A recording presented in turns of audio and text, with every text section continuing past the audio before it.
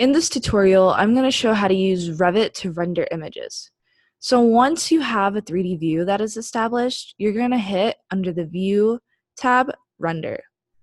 And in the rendering section right here, there are multiple different settings, just like quality settings, draft, medium, high, best.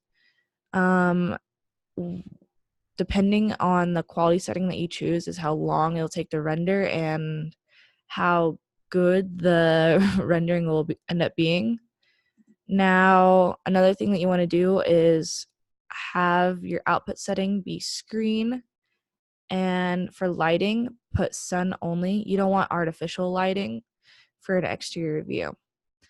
Sun setting, it doesn't really matter. You could play around with it. I just put summer solstice just because of where my building is located. It has the best lighting angles. And background, I put transparent so that I could slide in an image when I bring it to Photoshop. And once you have all the settings the way that you want it, you would just click render. I'm going to put it on draft just to show like how quickly it will render. It'll take a moment, and you could see on the bottom over here, it shows how long it's taking to render it. Now, because it's draft, it's going to be really pixelated and slows up the computer just a little bit.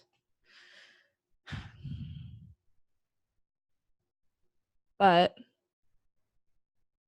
the best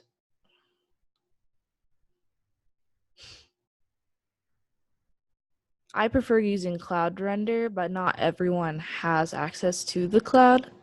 So it's always good to know how to render with your computer. Just gonna pause it real quick. And that's how you use Revit to render.